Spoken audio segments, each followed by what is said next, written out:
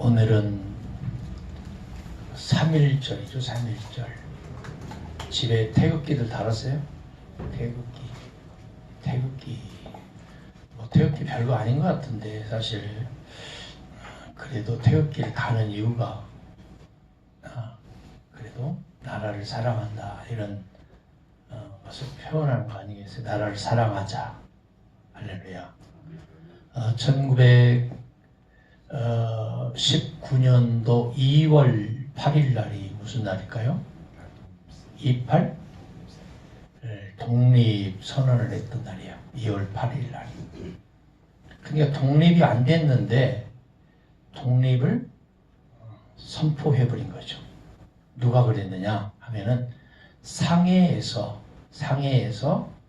독립운동을 했던 이들이 몇 분이 있었어요. 그 사람들은 나이가 30대 초중반 사람들이에요. 30대 초중반 사람들이 상해에서 모여서 28 독립선언을 하고 어디로 갔냐면 일본으로 갔죠. 일본에. 그래서 그 독립을 선언한 그것을 계기로 해서 1919년 3월 1일 날 독립선언서가 선포되게 된 겁니다. 민족의 지도자 33인이 모였죠. 그 중에 기독교인이 몇 명이냐면 16명이에요. 16명. 그들이 서울의 파고다공원에 가서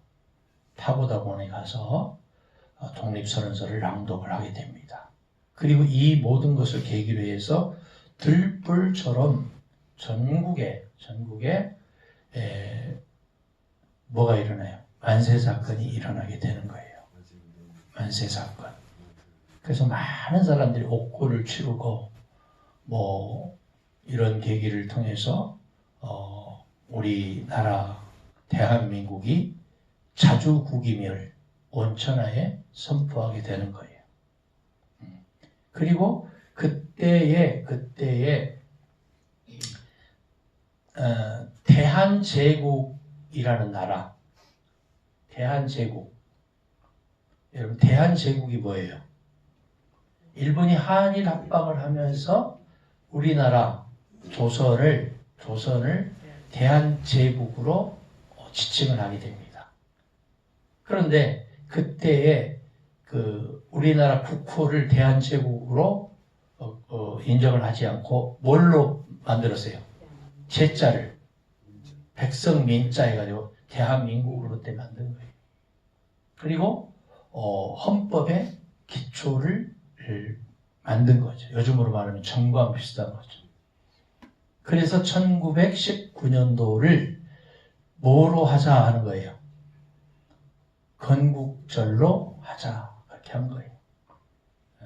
왜 그럴까요? 국호를 그때 처음 만들었고 우리나라 헌법과 같은 것들 그때 기본적인 것을 만든 거예요. 좀 이해가 되셔요? 네. 그러니까 이것을 우리 예수 믿는 사람들이 조금만 넓게 생각하면은 길이 보이고 아버지의 뜻이 어디 있는가를 알 수가 있는 겁니다. 네. 어제 아주 굉장한 사건이 일어났잖아요. 그죠? 최소한 영변의 핵, 그 다음에 그것들 사찰을 하고 폐기를 하고 결과물로 뭐 금강산 관광정도 재개하고 이렇게 이제 좀 아주 시작이 그렇게 좋은 줄 알았는데 갑자기 트럼프가 도장을 안 찍고 도망가 버린 거예요. 미국으로. 그래서 뭐 김정은이라는 그 친구는 닥쳤던 개 쳐다보면서 그냥 밤새도록 후회했을 거 아니에요. 그죠? 트럼프가 요구한 게 뭐였어요? 불가항력적인 핵을 불가항력적으로 만들자는 거죠. 폐기를 완전히 시켜라. 그리고 영변뿐만 아니라 너희들이 비밀리에 또 핵 제조를 하고 있는 그 공장을 어떻게 해라. 완전히 드러내고 폐쇄를 해라. 그런 얘기예요. 그리고 장거리 미사일 운반하는 거, 핵탄두 몇 개인가 이런 거 전부 뭐 해라? 밝히고 폐기해라, 그런 얘기. 그러니까 그것은 누가 보더라도요, 그 맞는 얘기거든, 사실은. 근데 그렇게 하지 않고 그냥 어리석하게 그냥 넘어가는 줄 알고 그렇게 했는데, 그래서 결국에는 북한의 그 지도자들도 깜짝 놀랐다고 그러잖아요. 깜짝 놀랐죠. 근데 요즘에는 정보전이잖아요, 정보전. 우주에서요, 여러분, 우주에서 망원경을 가지고 정밀 24시간 감시를 해요. 우리나라도 마찬가지예요. 그런데 이 지구에 떨어져 있는 뭐까지 알 수가 있느냐면 500원짜리 동전까지 뭔지 명확하게 알 수 있다는 거예요. 좀 이해가 되시죠? 500원짜리 동전이 지금 뭔지 알고 있는 시기에 눈 가리고 아웅하려고 하니까 이게 안 통하는 거죠. 그리고 이제 그 이면에는 미국의 어떤 트럼프의 대변인격이었던 사람이 트럼프의 비리를 고발을 하게 되고 뭐 이런 것도 좀 있습니다만은 어찌됐든 우리가 기분 나쁜 거는 뭐냐면은 이 한반도 땅이 남과 북이 두 당사자에 의해서 마음껏 하지 못하고 있다는 거예요. 언제부터 그랬어요? 언제부터? 한반도 땅은 옛날부터 침략을 당하고 외세에 의해서 움직여 왔어요. 왜 그러냐면은 이 동남아시아의 가장 교두보이자 요충지가 한반도. 그래서 침략이 늘 대상이 되어 왔고 호시탐탐 노리던 그런 일이 벌어지게 된 거예요. 그런데 재밌는 것은 우리나라 국민성인지도 모르겠어요. 계속해서 그렇게 침략을 당하고 외세의 열강에 의해서 지배를 받던 원인 제공을 누가 했냐면은 외부에서 한 게 아니고 국내에서 한 거예요. 국내에서. 괜히 지도자들이 서로 물고 뜯고 싸우고 당파 싸움하고 막 네가 맞냐 내가 맞냐 그러고. 이게 어떻게 보면은 이것을 우리 예수 믿는 사람들이 그 팩트를 정확하게 알아야 뭘 해요? 우리나라 주권을 스스로 수호할 거 아닙니까? 할렐루야. 그러니까 우리 예수 믿는 사람들이요, 나라 사랑하는 거, 그 다음에 지금 나라가 어떻게 흘러가야 된다는 거, 이것을 아는 것이 먼저 중요하고, 거기에 이 정치 몇몇 잘못된 지도자들이 정치 노름하고 장난질하는 것에 뭘 해야 돼요? 일희일비하지 말아야 돼요. 중심을 가지고 있어야 돼요. 다른 사람이 중심을 갖자. 근데 그 중심이 누구냐면은 예수님이 돼야 돼요. 믿습니까? 그 중심이 성령님이 되셔야 돼요. 그 중심이 말씀이 돼야 돼요. 할렐루야. 그 말씀으로 한번 히브리서 3장에 보면은 1절 시작. 그러므로 하늘에 부르심을 받은 거룩한 형제들아, 우리가 믿는 도리의 사도이시며 대제사장이신 예수를 깊이 생각하라. 할렐루야. 할렐루야. 칭찬 듣는 사람은 소명의식이 철저한 사람이에요. 소명의식. 예? 그래서 우리는 부름받아 나서님은 어디든지 가겠노라는 결단이 있어요. 각오가 있어야 돼요. 철저한 소명의식이 없는 사람, 그런 사람은 부름을 받았어도 뭔가 목표의식이 없기 때문에 그냥 갈 길을 밝히 보이시니 주 앞에 빨리 못 나가는 거예요. 두 번째로 칭찬 받는 사람은 주님의 모범을 보이신 그 모범을 따라가는 사람이에요. 주 예수 그리스도께서 어떻게 사셨고 어떻게 하나님 나라를 선포하셨고 이 땅이 어떻게 되어야 되는지를 이미 말씀해 주셨는데 그걸 따라가지 못하면 어떻게 되겠어요? 이렇게 말씀이 이렇게 떨어졌는데 그 말씀에 나는 불순종해, 순종하지 못해. 그렇게 되면 어떻게 되겠냐고요. 이제 뒤에 하반절에 그 말씀이 쭉 나오지 않습니까? 세 번째로 칭찬 듣는 성도는 자기 직분에 충실한 사람이에요. 어떠한 직분이든지 맡겨진 직분에 최선을 다. 할렐루야. 그래서 우리는 예수를 뭐 하라고요? 깊이 생각하라. 예수를 깊이 생각하라. 자, 그런데 그 앞에 함께라는 말이 있어요. 함께. 혼자 가는 게 아니고 함께. 그래서 나온 찬송가 있죠. 함께 갑시다. 내 아버지지. 함께. 혼자 가는 것도 중요하지만 우리 주변 사람, 가족, 일가 친척, 교우들 함께 가는 거예요. 어디에? 하나님 나라에. 하늘의 부르심을 받은 거룩한 형제들아. 저와 여러분은 그래서 뭐라고 말해요? 예? 성도라고 그래요. 성도. 거룩한 무리들아. 성도. 근데 요즘에는 성도라고 말하지 않고 뭐라고 말하면은 교인이라고 말하죠. 교인. 예? 선민이라는 말이 있죠. 선민. 예? 택한 백성. 누가 택한 백성? 하나님이 택한 백성. 유대인들이 이렇게 말해서 자기들은 뭐다? 선민이다. 하나님이 택하여 부름받은 백성이다. 근데 유대인 위의 사람들은 선민이 될 수 없다고 그들은 생각하고 있는 거예요. 선민은 뭐냐? 거룩한 백성을 말하죠. 성민. 그들은 역시 그들만이 거룩한 민족이요 백성이라고 말을 하고 있는 거예요. 그래서 우리는 우리도 성도다. 거룩한 무리다. 이렇게 말을 하죠. 그래서 요즘에는 성도라고 주로 말을 안 하고 뭐라고 해요? 교인이라고 말해요. 따라서 하겠습니다. 교인. 네, 교인이 뭐예요? 가르칠 교자리, 가르칠 교. 누구에게 가르침 받은? 예수님에게 가르침을 받은 사람이다. 그래서 교인이라고 하는 거예요. 따라서 교인. 그럼 교인이 예수님에게 가르침을 받아야 되는데 사사로운 생각, 사사로운 의견, 자기 주장 이런 걸 가지고 예수님의 뜻과는 다르게 말하고 생각하고 행동한다는 것은 교인이기를 뭐 하는 거예요? 스스로가 포기하는 거예요. 포기하는 거예요. 뒤에 보면 나와요. 뒤에 보면 나와요. 2절에 한번 읽어볼게요. 그는 자기를 세우신 이에게 신실하기를 모세가 하나님의 온 집에서 한 것과 같이 하셨으니. 자기를 세우신 이에게 신실하다.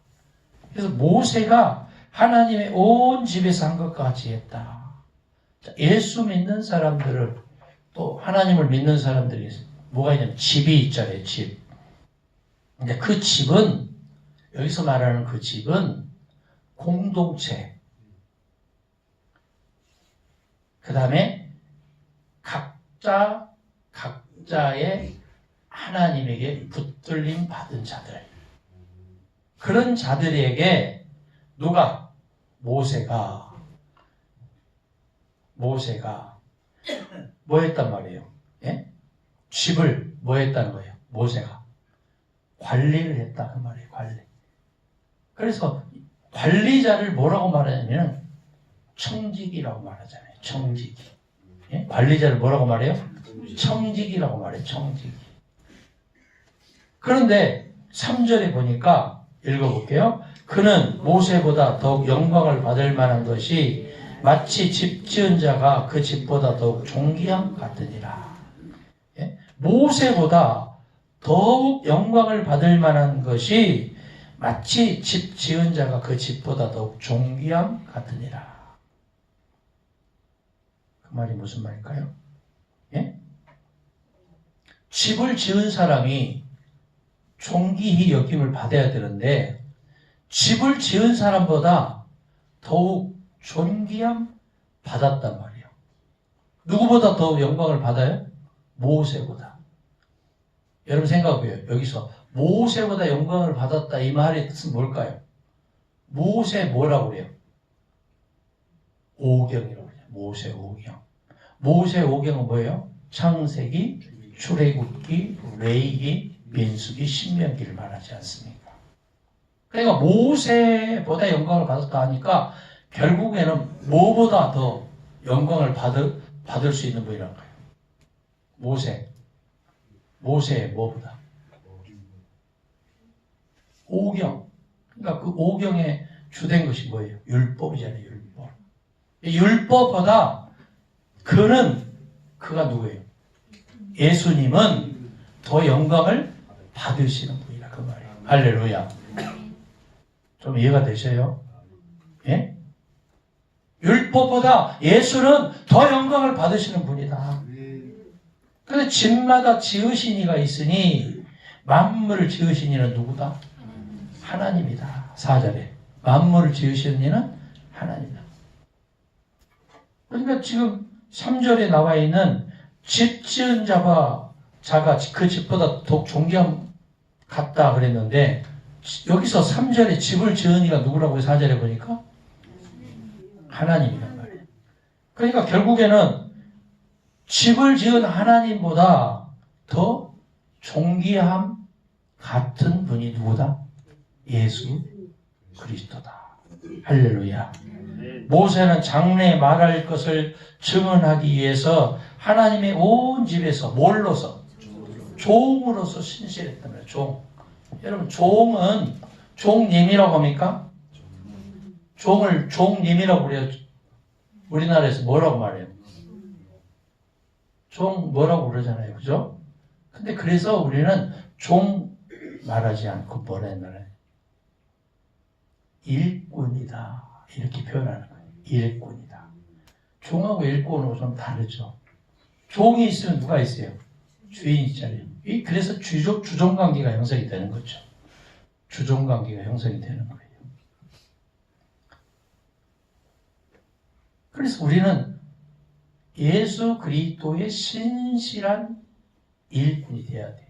모세가 역시 그 지은 그 집을 일꾼으로서 신실하게 사명을 감당했지 않습니까?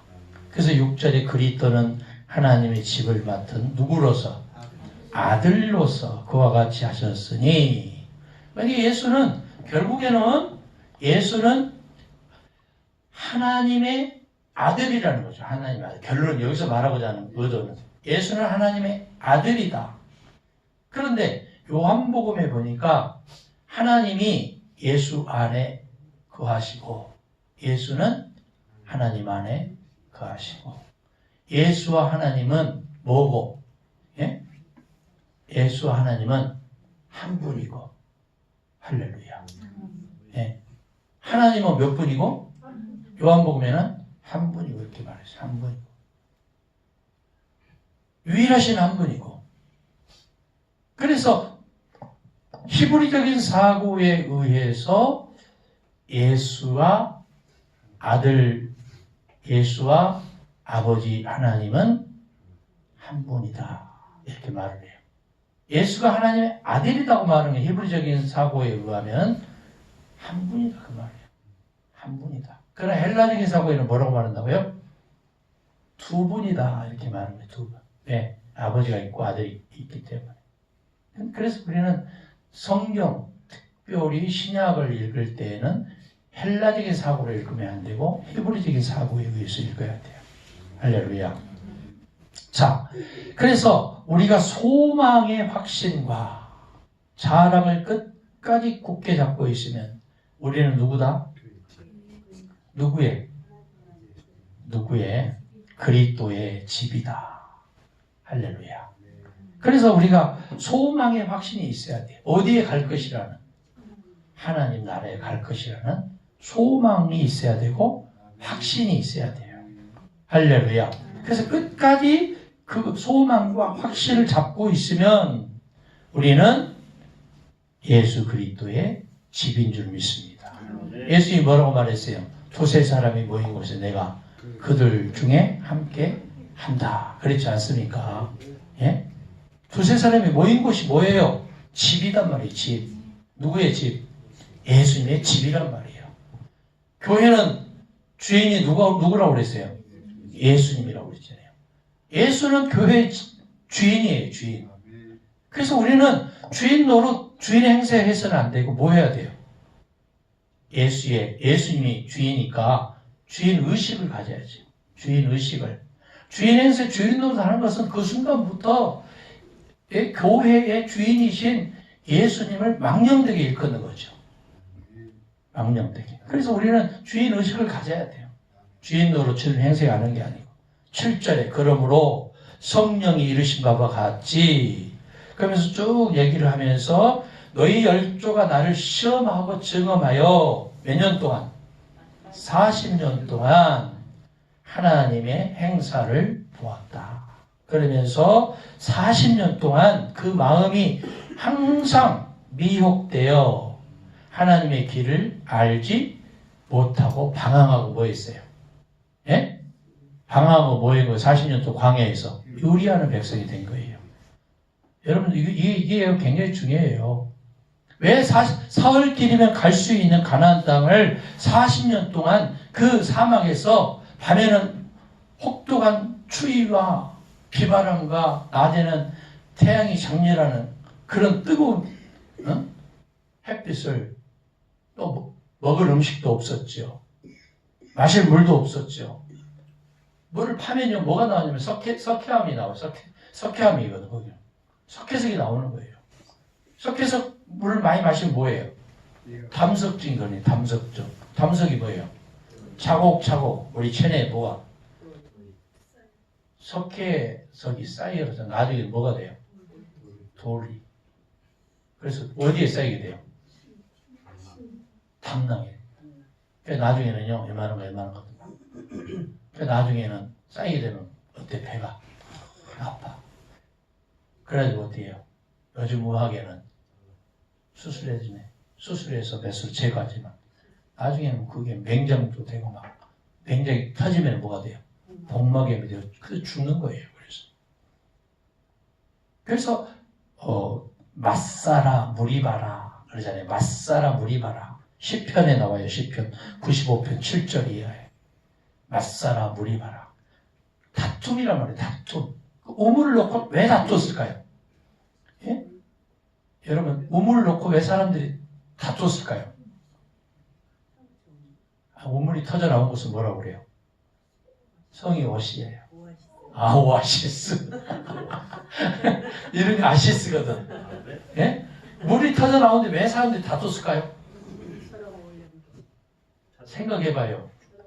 자, 사막에 샘이 넘쳐 흐르리라 그래야 되는데 샘이 안 넘쳐요. 그러니까 오아시스가 하나가 있다 하면은 제일 먼저 달려든 것이 뭐예요? 동물들이 달려들 거 아니에요. 동물들이 달려드니까 사람들이 아니 사람 마실 물도 없는데 동물을 먹이다니 이게 말이 되냐? 그러면서 막 짝대기가 서로 싸우고 얍얍얍 해가면서 막 싸우는 것이요. 그러다가 사람이 먹고 남는 것은 누구를 줘요? 동물을 줘요. 근데 여러분 그 우물을 팠어요. 파면은 두레박이 몇 개가 왔다 갔다 해야 돼요. 하나가 왔다 갔다 해. 근데 계속 사람들이 펌프도 없고 뭐 모다도 없던 시절이니까 어때요? 거기서 하다가 사람들 마시고 이제 짐승들 줘요. 그런데 다른 짐승들이 기다리다가 해가 져버려요. 그러니까 그 우물 가지고 뭐예요? 서로 다툴 수밖에 없는 거죠. 맞사라 무리바라. 완전히. 그래서 그 오아시스 물이 나오는 그 주변에만 뭐가 있냐면은 초목이 무성하게 된 거예요. 불이 자라고 나무가 자라요. 지금도 역시 마찬가지죠.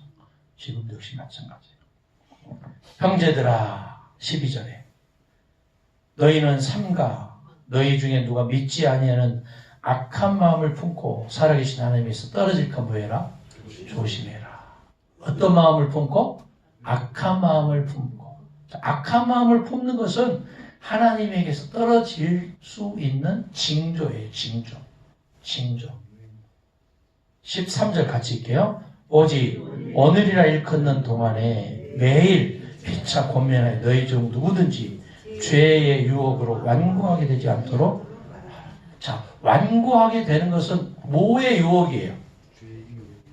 죄의 유혹이죠. 죄의 유혹. 사람의 마음이 강팍하다고 그러잖아요. 강팍하게 되고 완고하게 되는 것은 뭐가 지금 유혹하는 거예요? 죄. 요즘 말로 하면 뭐예요? 마귀, 사단이 유혹하는 거예요. 마귀, 사탄이. 마귀, 사탄이라는 놈이 그 마음을 자꾸 유혹을 해요. 그렇게 해서 그 사람 마음이 강팍해지고 완고하게 된다 그 말이에요. 할렐루야. 14절. 우리가 시작할 때 확신한 것을 끝까지 견고히 잡고 있으면 그리스도와 함께 뭐한 자가 되리라? 참여한 자가 되리라. 끝까지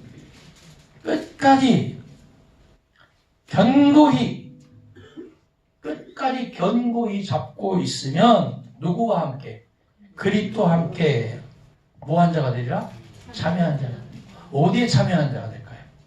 하나님 나라에 참여한 자가 될 것이다. 할렐루야. 그러면서 15절 마지막 절에 너희 마음을 뭐하게 하지 말라? 완고하게 하지 말라. 시편 95편 7절 이렇게 말하고 있어요. 듣고 경노하게 하던 자가 누구냐? 모세를 따라 애굽에서 나온 모든 사람이 아니냐?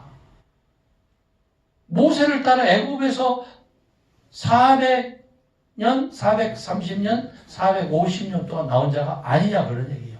창세기는 400년, 출애굽기는 430년, 사도행전 450년 동안 애굽의 고센 땅에서 씨름했던 너희를 모세를 따라서 나오게 하던 하나님이 아니냐 그런 얘기예요.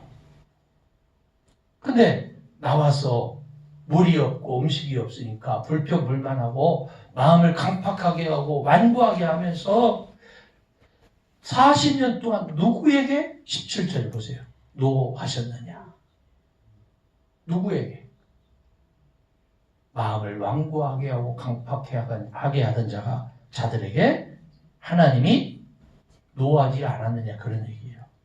그러면서 뭐라고 말했어요? 그들의 시체가 광야에 엎드러진 범죄한 자들에게가 아니냐. 그들의 시체가 마음이 강팍하고 완고한 자들이 하나님이 내침이니까 광야에서 엎드러져서 누구의 밥이 되어버린 거예요? 예? 들짐승, 새들의 밥이 되게 한 거 아니냐 그런 얘기예요. 18절에 누구에게 하나님이 누구에게 맹세하사 그의 안식에 들어오지 못하리라 했느냐. 예? 어떤 사람들이? 18절에 순종하지 아니하는 자들에게가 아니냐. 자, 불순종하면 마음이 완악하고 강박하면 결국에는 들짐승의 밥이 되고 종국에는 하나님 나라에 가지 못하는 거 아니냐 그런 얘기예요. 할렐루야. 그러면 19절에 시작. 이로 보건대 그들이 믿지 아니함으로 능히 들어가지 못한 것이다. 할렐루야.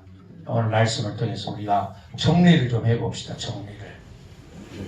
말씀 한 절 한 절이 사실은 좀 어려워요. 그죠?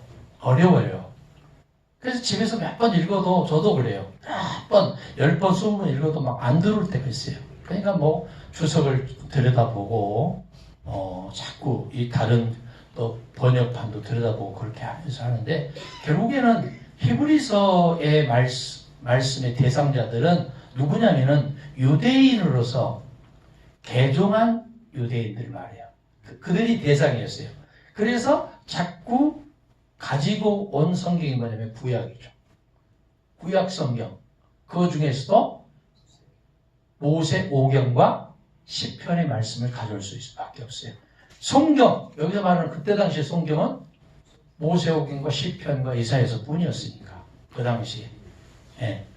그리고 다른 어떤 요즘으로 말하는 쪽성경이 돌아다녔어요.